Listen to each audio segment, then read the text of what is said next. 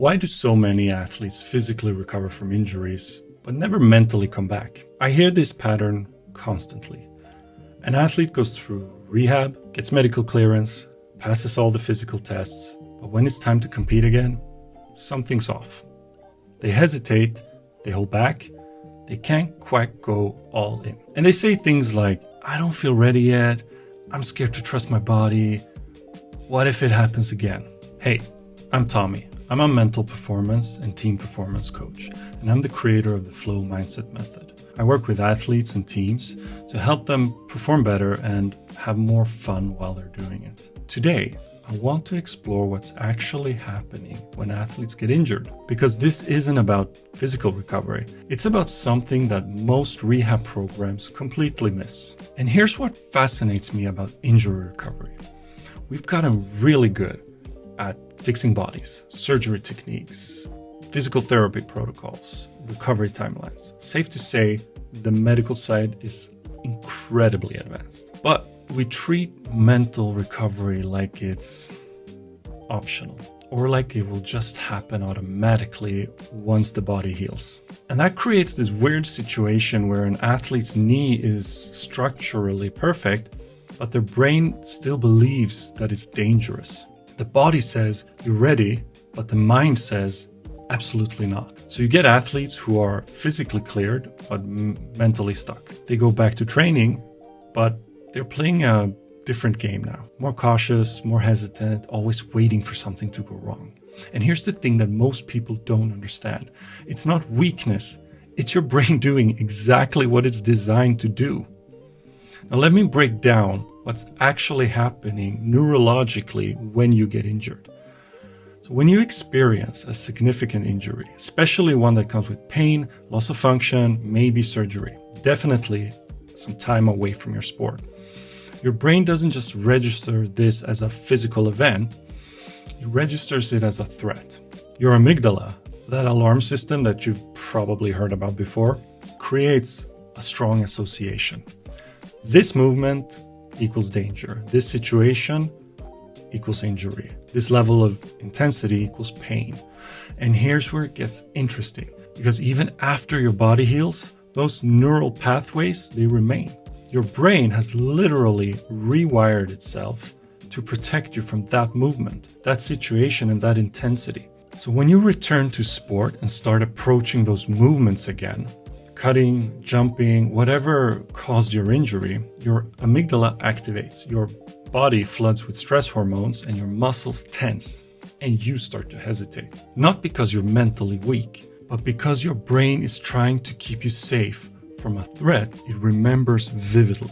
I've worked with athletes who've said things like, I know logically that I'm healed, the doctors cleared me, the tests all look good, but the moment I go to make that cut, my body just freeze.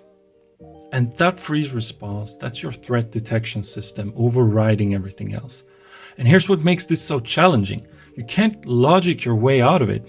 You can't just tell yourself, I'm fine now, and expect your nervous system to agree. Because we're not dealing with a cognitive belief here. We're dealing with a physiological threat response that has been deeply encoded.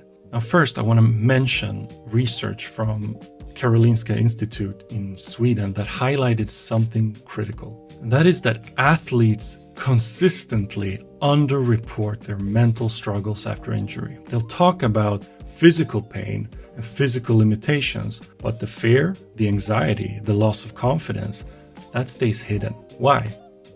Because in most sports cultures, admitting you're mentally struggling after an injury feels like admitting weakness, like you're not tough enough, like you're making excuses.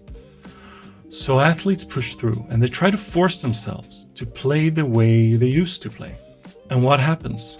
They either re-injure themselves because their movement patterns are compensating out of fear, or they never quite return to their previous level because they're always holding back. Now here's what I think is really happening.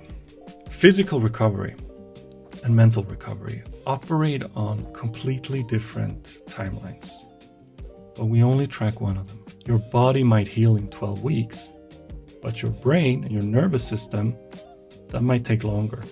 And if you don't actively work on retraining those threat responses, they might never fully resolve. Now, this is where the mental game of injury recovery becomes critical.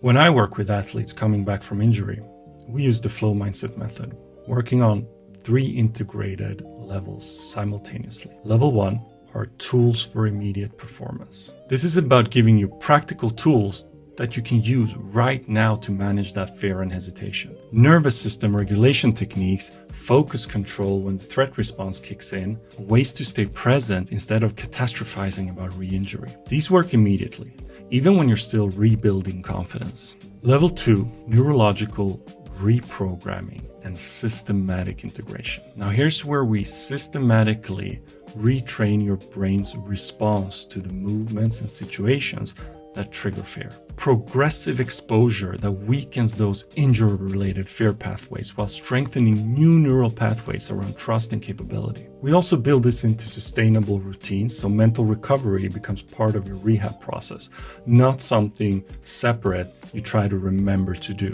And level 3, core belief restructuring.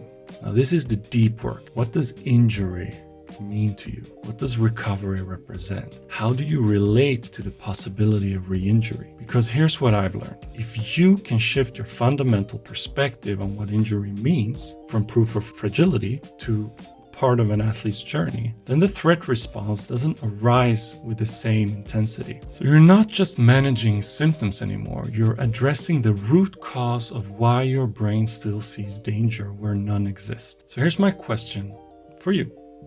If you or someone you know have been cleared physically, but still doesn't feel ready mentally, what if that is not a character flaw? What if it's just an untrained nervous system? At competitive levels, the difference between athletes who fully return from injury and those who never quite get back to their previous level often isn't physical. It's whether they addressed the mental and neurological aspects of recovery. And this matters because incomplete mental recovery doesn't just affect performance.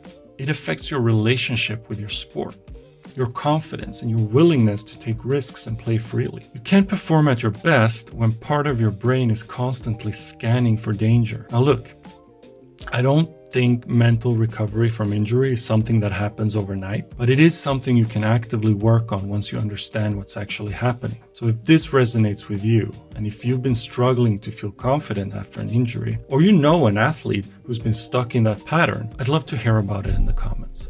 What's your experience with the mental side of injury recovery? And if you want a practical tool to start retraining how you respond to that fear and hesitation, I've got a free 3-minute reset routine called the pre-game reset. It's designed to help you shift your focus from overthinking and fear back to presence and trust. Exactly what you need when your brain is stuck in threat mode after an injury. Link in the description. The hidden mental game of injury recovery is real, but once you understand it, you can actually do something about it. Thanks for watching, and if you found this valuable, hit subscribe, and I'll see you in the next one.